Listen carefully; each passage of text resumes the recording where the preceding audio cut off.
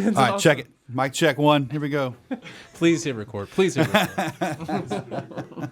Good morning, Ben. How you doing? Good. Good. We definitely appreciate you stopping by today. Of course. Well, to everyone today at Burn the Ship, we have a special guest. We have Mr. Ben Burgess with Atlanta Community Food Bank. Thanks again for coming by today. Of course. Good morning, everyone. Awesome.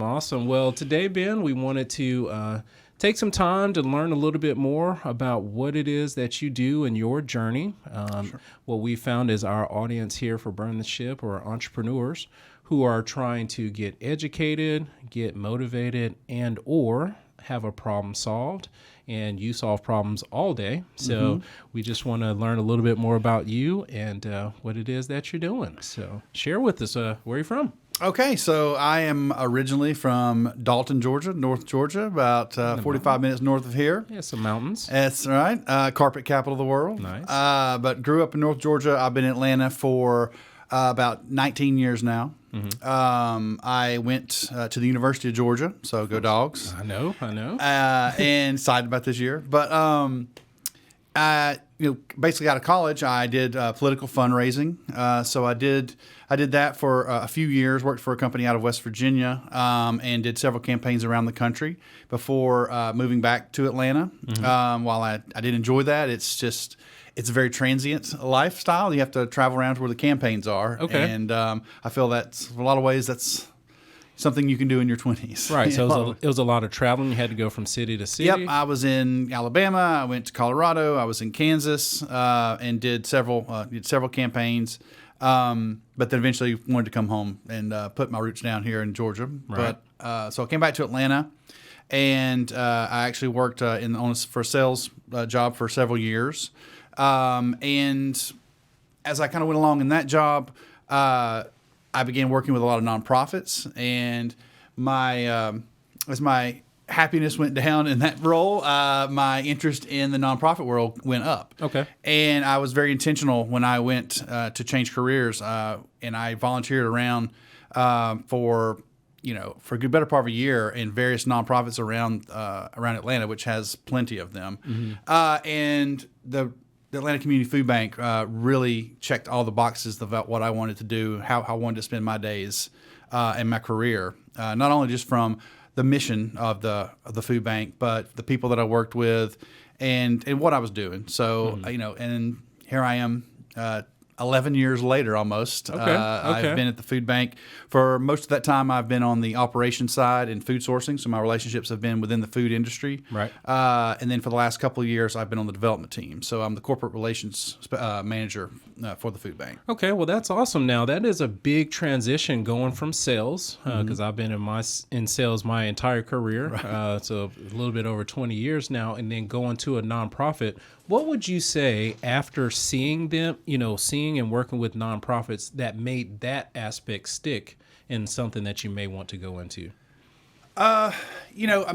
Sales, I'm basically what I'm doing is, I'm selling a mission, really. I'm trying to help us feed as many people as we can in Atlanta.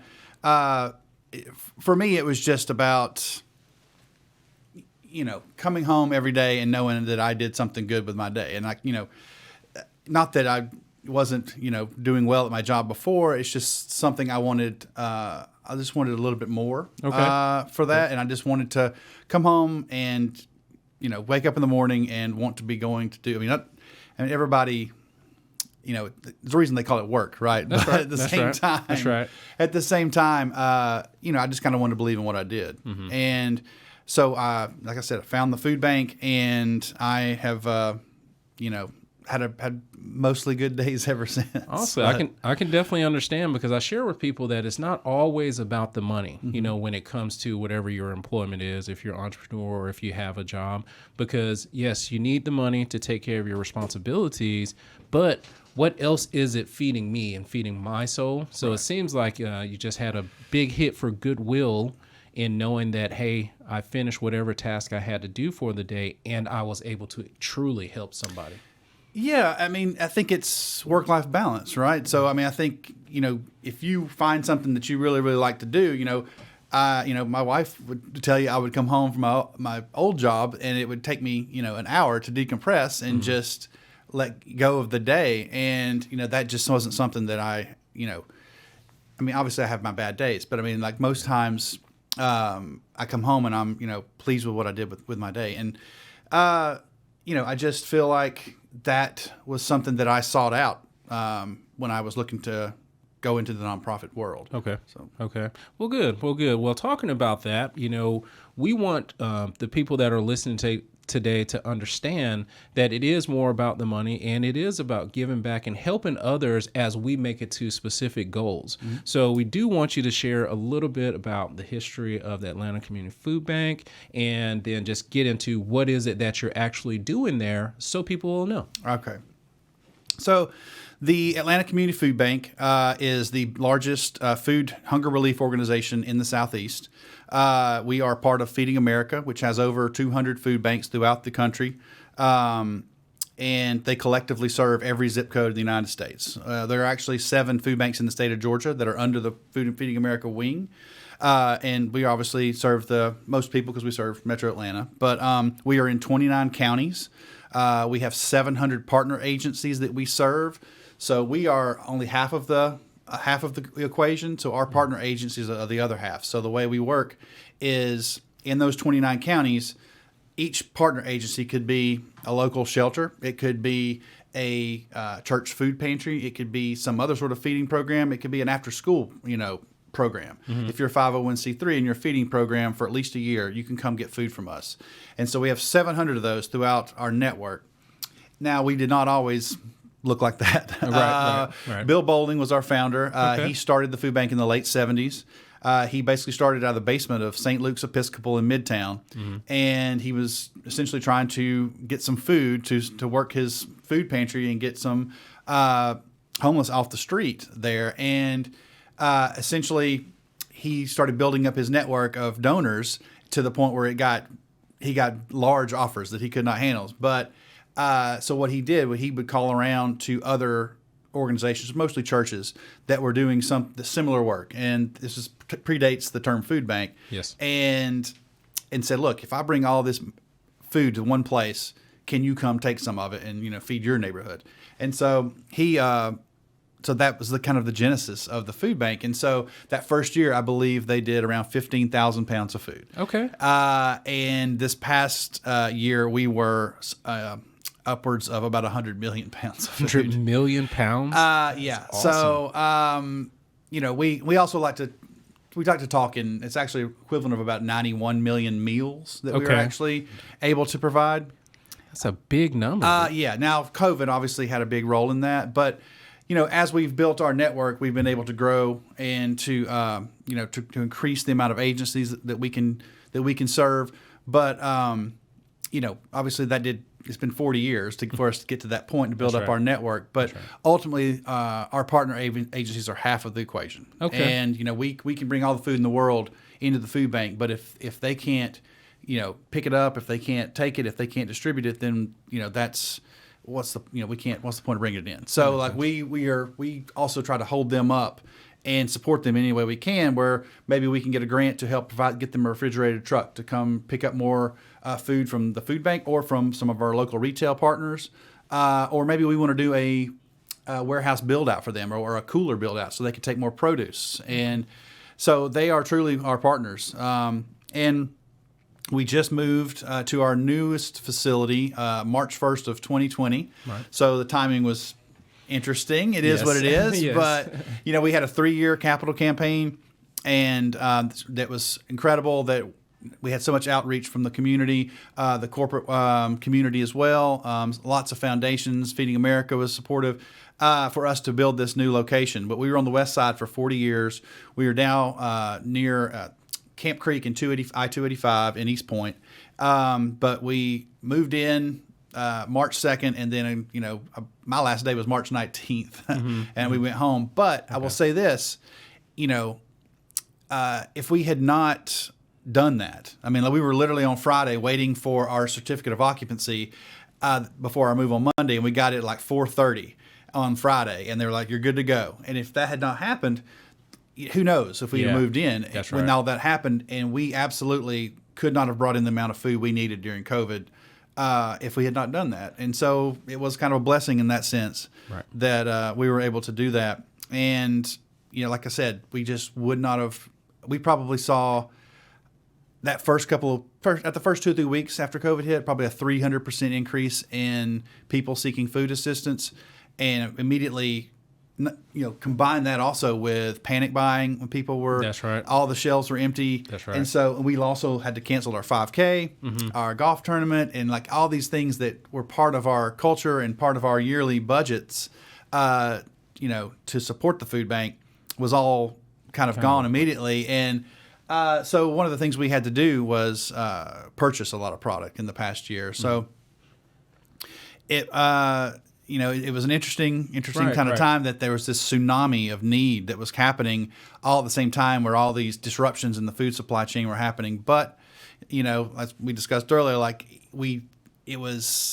had a front row seat for the best humanity has to offer. That's right. All year, because the phone started ringing and just didn't stop ringing for, for months, because people, I've never been more proud to live in Atlanta, because so many people and so many parts of the community reached out to want to support us because they knew how bad this was going to be.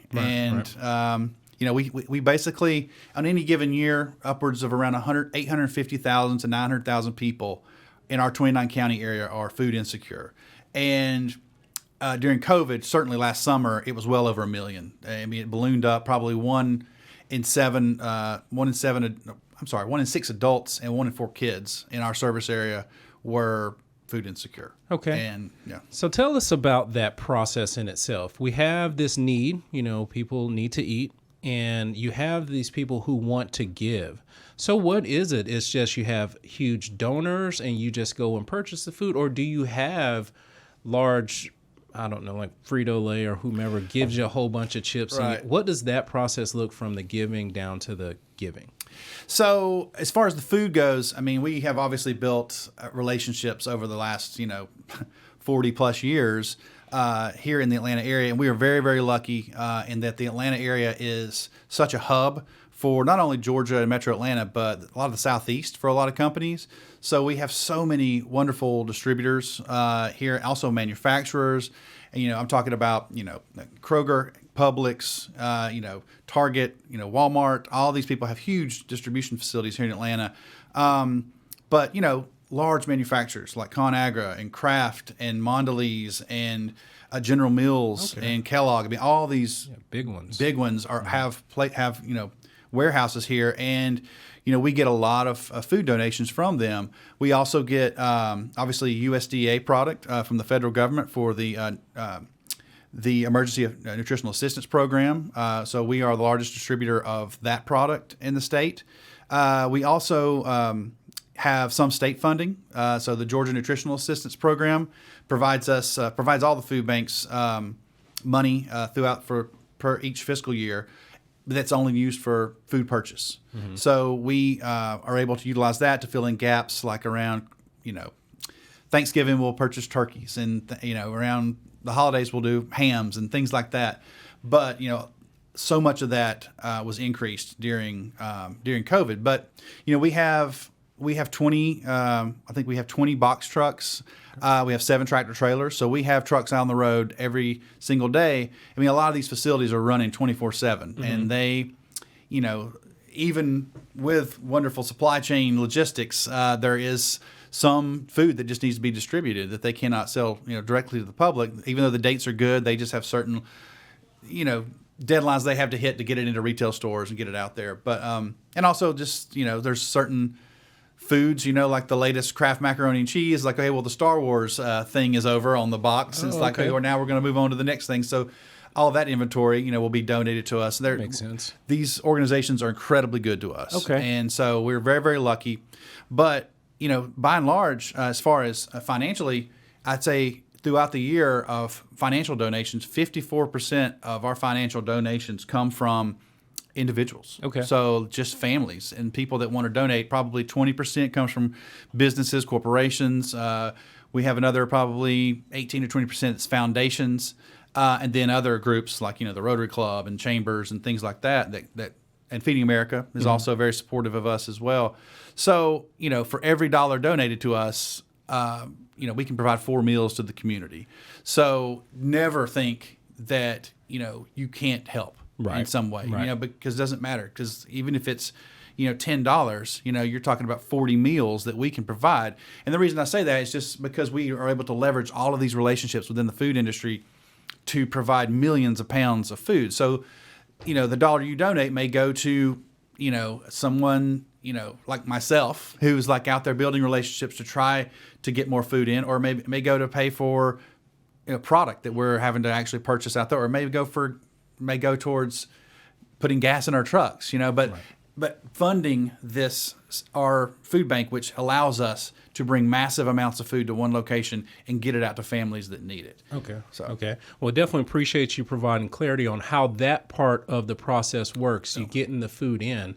Share with us a little bit about your partners that help you to distribute it. You said you're in 29 counties. How do those businesses either get with you, or tell us a little bit about that relationship with the people who are distributing it once you get it in? Right. So, like I said, there are truly our partners. They range in size from, a local church pantry that may be open once a month that is serving their direct neighborhood or their community, to organizations that are feeding upwards of 1,500 people a week. And they all range in different size. They have kind of their own, organization and their own funding in a lot of ways. But if they are if they're feeding directly to the public and they've been doing so for at least a year, if they're 501c3, they can come to the food bank and apply to be a partner of ours. And so at that point, they can actually come in, and we have some training that they have to go through. We have a lot of oversight as far as food safety goes and distributing product. But ultimately, we want to support them so we can actually get more food out into the community, because food access, for a lot of people is difficult. Yes. And so we want to increase the amount of people that we can distribute to. So having more partners is essential for us. But we also, we want to provide grant support for them. So we will actually apply to a lot of grants, like I said earlier, just to help them maybe get a truck, or maybe get a van, or maybe do a cooler build out. But ultimately, our goal is to help them and support them so that they can feed more people. Okay.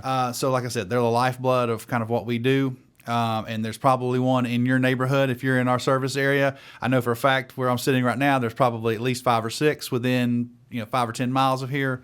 So they are just just there. Well, again, for myself, it's about getting educated on it. The more you learn, the better you can do. And that's why people tune into this podcast, to try to get educated. So I didn't know exactly how it worked. So I figured it would be great questions to try to get an idea of how that, I guess, logistical chain worked. So and let me just say that who we serve, basically is, obviously we serve agencies that serve the homeless population, but because a lot of people have an image of they're going to come to the food bank and they're going to see a homeless lined up like a soup kitchen. We obviously want to help those folks, and we obviously do serve those communities, but you come to the food bank and we have a 300,000 square foot facility. It's just a little bit different, but by and large, the people that we serve, at least 65% of them, there's someone working in the home. Okay. So and then 20% of the people who come through our network have never had to ask for help in their life. So they're going through some struggle. And the number one reason is typically medical. So somebody has had some medical issue that is just completely out of the blue, and they are struggling with that and paying medical bills, but also paying rent and maybe whatever it may be, but also keeping food on the table. A lot of single moms with kids is we also serve as well. But, these are just people that are going through some sort of struggle right now, but they just need a hand right now. Roughly the people that in our network that get foods, they stay in our network for roughly about 10 months. So our goal is to help them take that stress off of providing food for their kids or providing food for themselves, take that off the table for them so they can focus on whatever challenges they're dealing with right now so they can get on to the next chapter in their life. Right. And, we see it all the time of people, one of the great things I like to see working for the food bank, we see it all the time, is people that we actually help, people that go through our network that are being helped by a partner agency. they'll come back and they'll volunteer. Once they get through their struggle, they'll come back and volunteer at that agency, or they'll come sort food at the food bank and say, I was once, somebody that you helped. We have employees that have come and worked for the food bank because they're like, you guys helped me when I needed it the most. Right. It's one of those cases where, you go through the tests and then, you're able to give a testimony after the fact, and then you just feel like you got to pull someone else up because you got helped up as well. Pay it forward. Hey, listen, I definitely understand that. Now, 40 years you guys have been going. You just opened up that new facility, right before the start of COVID. What's on the next for you guys? What's next as you utilize that $300,000 facility? So, in a lot of ways, we've only went back in person. So I would say 60% of our staff were there the whole time. Okay. And one of the big devastating thing for us was, the loss of volunteers coming into the facility, because that is a huge way that we engage the public. And, we probably go through roughly 30,000 volunteers every single year. And what they do for us is like sorting food and like working in our community gardens program. And, that we can't operate without them. So what happened last year was that was just gone immediately. But we were lucky in that the state allocated us roughly 60 National Guard men and women to kind of offset that loss of volunteers coming in. So, in a lot of ways, we're learning to use the facility all over again right now, because we had just moved in. So we are starting to bring volunteers back in. We started that about a month ago. So we're very limited right now, but Monday through Friday, we're allowing volunteers in. We cap it at 30 people. Eventually, once we can get past all this, I think we'll probably get upwards of like 150. Okay. So we're very proud of that new sorting facility. We call it the Hunger Action Center. But right now, roughly 30 people, max 30 people that we'll be able to allow in. So that's a big deal for us, because we love our partners and we love our volunteers that come in. Other things that we're looking at, food access. So obviously, reaching out and making sure, it's even easier for our partners and also just families to be able to access food. So we're opening, we opened during COVID a community food center in Gwinnett, which is essentially a mini version of the food bank. It's out near Stone Mountain. It's the first time we've ever done this. Traditionally, we follow the classic supply chain model of we are the distribution center and our partners come get food and they feed the community and ultimately the families in need. Okay. So we have opened a community food center, which has, we can go get food there. We have refrigerators. We have coolers there. We will actually do drive-through distributions at this location. I think that in the future for us, we also will probably looking to expand those and put different ones, maybe 2 to 3 more in the next 18 months to 2 years. We're going to try to basically give more options for agencies to get food, but also families to come get food. As far as, we're just kind of dipping our toe back into all the volunteering and reopening really to the public. But we also have a lot of our events will be coming up. Okay. And so on August 9th, we have, if you're in the accounting industry, the Georgia Accounting Food Fight's happening. It's a 2-week fund drive where you're competing against other firms who can provide the most meals for the community. Great team building thing, but also, we have a main site where you can see a leaderboard and see how you're doing over those 2 weeks. We do a similar one for the tech industry. It's called Tech Cares Tech Shares. Okay. It will be coming up on September 13th. And so September 13th to the 24th. And then our golf tournament will be coming up August 24th. It will be at Setting Down Golf Club in Roswell. Okay. We have room for 2 more foursomes, so it's almost sold that's out. Good. We typically do it earlier in the year, but just the way things were in the spring, we just kind of pushed it. So it's actually been pushed to August 24th. So looking forward to that. And then, of course, every year we have our annual Hunger Walk Run 5K. It was virtual. We had to pivot last year, and then we kind of did it virtually this year as well. But we're hoping that in March 2022, we'll all be back together. And that's just it's down at Mercedes-Benz at the Home Depot backyard. And that's just a big celebration and of what we kind of do all year. All of our agencies like to come out. Obviously, the public comes out for a 5K. It's just a big day for us, and we really miss engaging with all those folks. Yeah. It seems like you guys built so many relationships out there. You meeting with people is the thing, Yes. and now that things are opening up somewhat, where we can get back out there, it's just important, to get that interaction back together. Yeah. I know one of the things that I was looking at is the volunteering portion, and I want you to just dive into that for a second.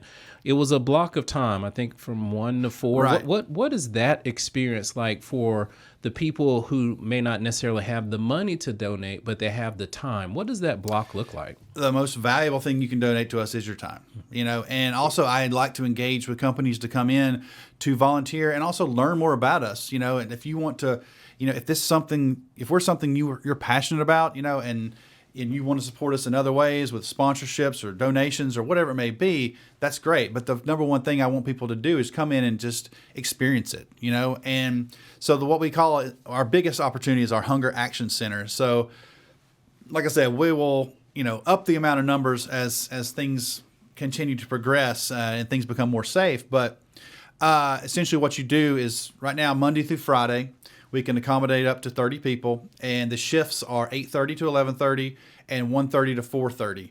And you will come in with your group, and you'll be out there sorting food. So like we have lots of loose product comes in, and it gets put into different categories. We check the dates on product. We check the integrity of the packaging. Nothing's busted open, and it actually is completely vital to what we do. We couldn't do it, what we do without this sort of thing. And so at the end of the shift, we tell you how many pounds you sorted and how many meals that you provided. Okay. So you can leave and say, oh, well, I just sorted 12,000 meals for the community. And that's 100% true. So literally, like what you just sorted is going to go up into our inventory. Our agencies will be able to see it, and then they can say, okay, well, we're going to get 20 assorted dry food boxes. Because like a lot of our agencies, the model they use is like a store kind of thing. So they'll take it back to their location.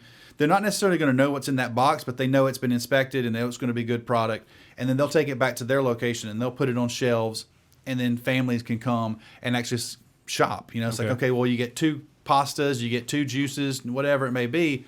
Because, for a lot of our agencies, it's, or not agencies, our clients that are coming through our system for the first time, it can be a pretty pride-swallowing thing to actually have to ask for help. And we want to give dignity to that. That's right. And this is a way, we're sorting that food and getting that out to the agencies. But it's, we've been doing this for a long, long time. And so many companies and so many families, churches, whatever you may be, this volunteer opportunity is like, it's just part of their culture. They're part of their tradition. Mm-hmm. It's like, okay, well, once every, one Saturday in November before Thanksgiving, just put us down. We're going to come in with our family. We're going to come in with our friends or whatever it may be. And then so many companies also, they're just like, okay, well, we're going to come in once a month, and we're just going to schedule that with you guys. And so, eventually before COVID, we were looking at about a 2-month out window. So, it's one of those good problems. Yes, as we like to say at the food bank, we are overwhelmed with opportunity. Nice. That's good.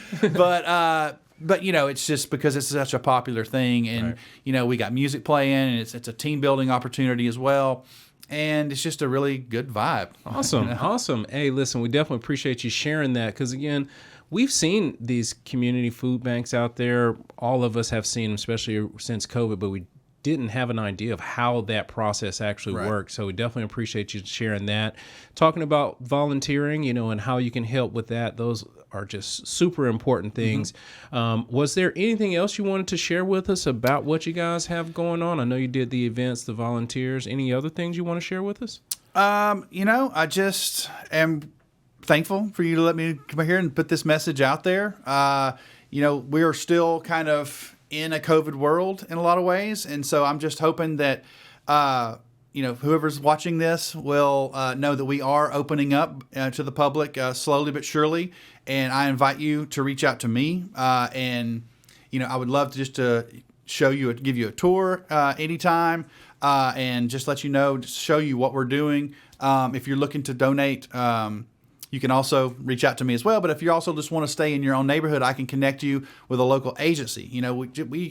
we don't just necessarily need you to come to the food bank, but like there may be somebody locally that you may want to support as well.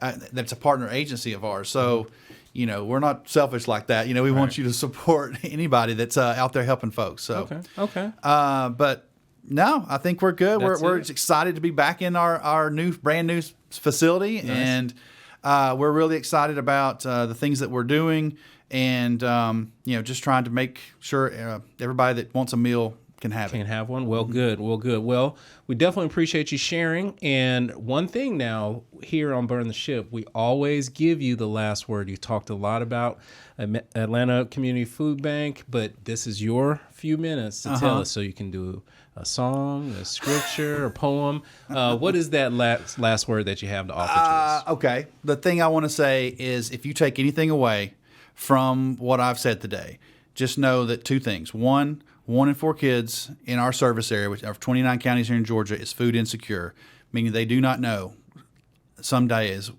where their next meal is going to come from. And know that every dollar that you donate, 4 meals can get provided to the community. So no matter what you think you can or cannot donate, it will go to help somebody and can change someone's life. And that's the bottom line. Awesome. So tell us the ways that that we can get in contact with you. What's the best ways for us to get in contact? So you can always reach me. My name's Ben Burgess, Corporate Relations Manager. My email is ben.burgess, so ben.burgess, BURGESS, at acfb.org, and also www.acfb.org as well. All the information that you could ever want is on there.